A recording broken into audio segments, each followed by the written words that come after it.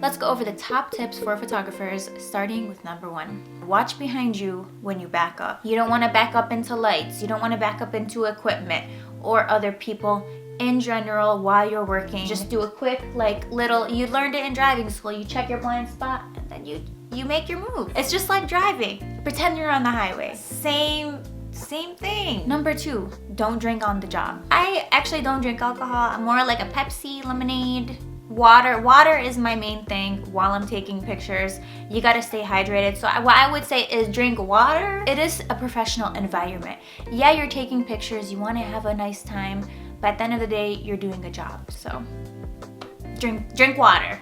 Learn and shoot manual as soon as possible. When you rely too much on automatic settings, you're kind of leaving it up to the camera to decide what the best settings are in that situation, and sometimes it may not always suit you or your style as a photographer. You get more control over your settings. You can underexpose if you want, if that's more of your style. You can make your pictures brighter if you please. You don't have to rely on the camera to decide your settings for you. The importance of shooting in RAW. RAW files contain more information, so you're able to bring back more details of your photo. If, for instance, you shoot a blown out sky or it's too underexposed, you shot it too dark, you can fix that in post. Most of the time it's able to retrieve that information.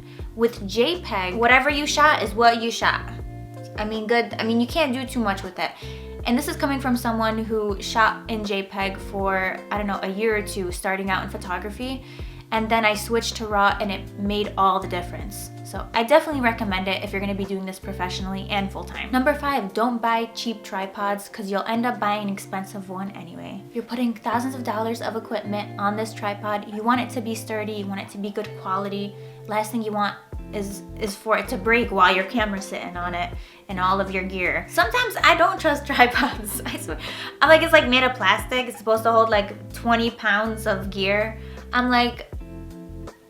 I have trust issues, but I guess I'm just gonna have to, prove me wrong. Number 6, dress professionally. Whenever I'm shooting weddings, I try to just blend in, be a fly on the wall. I wear all black, I wear my boots, something comfortable, tennis shoes, because I want to make sure that I can comfortably get the shot, move around quickly, just dress as if you were performing a professional job. What I would say is just blend in, but don't stand out, because you're not there to be photographed, you're there to photograph. I'll try to look cute, but my main goal, get the best shot. That's all I care about. For me, it's kind of like you can look like Shrek's child, or you can shoot in JPEG.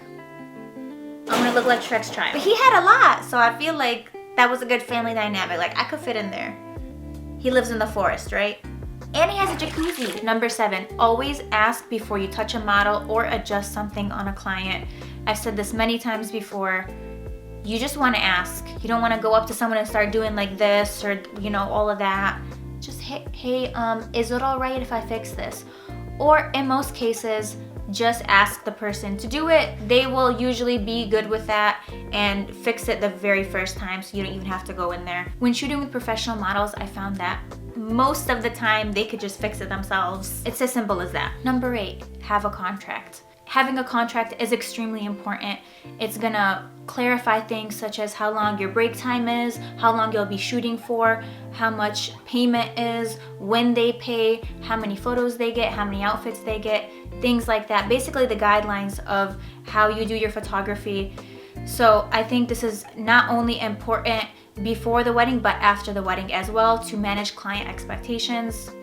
Definitely 100% recommend a contract before you accept any type of money for any type of job. Making expectations clear, extremely important.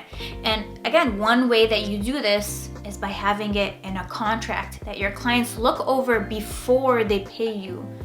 A lot of the times what I will see are people who accept money for a job and then they have issues like during the photo shoot or after the photo shoot, because they'll say things like, oh, my client is now expecting me to do this, or they want more pictures than what we agreed to. And all of this could have been resolved with a meeting beforehand and all the expectations in a contract that's written that the client agrees to. So always have a contract and manage the client expectations in the contract before you take their money. If you're not comfortable with a job, don't do it. I've been approached to do product photography, newborn photography, food photography, and I just tell people, hey, I'm sorry, I don't specialize in that type of thing.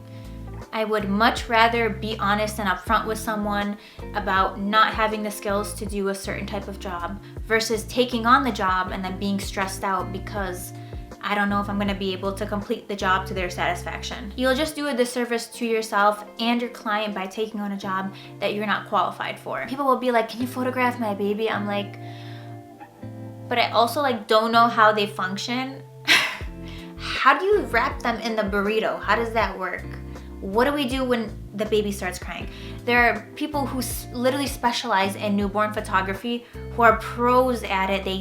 They put them in like little setups. They make them look like superheroes, all that. That's what they're good at, and that's what they thrive in. I don't thrive with babies. I just choose not to go down. I stay with what I'm good at. Not only do some photographers specialize in a certain type of photography, but they also have all the necessary equipment, props, outfits, etc. for that type of photography. Again, me, if I accept that job, I don't have anything. I literally have nothing. I have a cat tree because I have cats, but that's not, I want to put a baby in it. Be comfortable in the job that you're doing. Know that you'll do a good job and accept jobs that you're good at. Lastly, admit your mistakes and reshoot if possible. I love this advice. I think it's so important to recognize your mistakes as a photographer because we're not perfect. No one's perfect.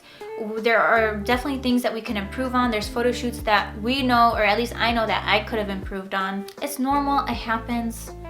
Owning up to it, acknowledging it, improving from it, and moving on. Offering a reshoot is always a great option if your clients are unhappy with the photos. I mean, that's something that you can do. It really is at your discretion as a photographer, and it really depends on the situation. Also, a tip that I forgot, get a second shooter if you need to. And trust me, it's actually funner to have a second shooter with you. To like shoot things with you. They get extra shots. They can help you set up things. So definitely look into getting a second shooter if you're shooting a really big event, especially, or something that you're just kind of like, I had a wedding that I was like really nervous to shoot. So I had my friend come help second shoot. She was helping me so much with setting everything up. We were a really good team. Always great if you're in a stressful situation, if you turn and you have someone by your side that you can be like, oh my God, this, I don't know what to do. You know, just someone, a friend. This is just a fancy way of saying like I don't have friends. I'm like, yeah, I have a friend this time. Yeah, so that's it for the list. If you have your own tips you'd like to share, please leave them in the comments, and I'll see you guys in the next video.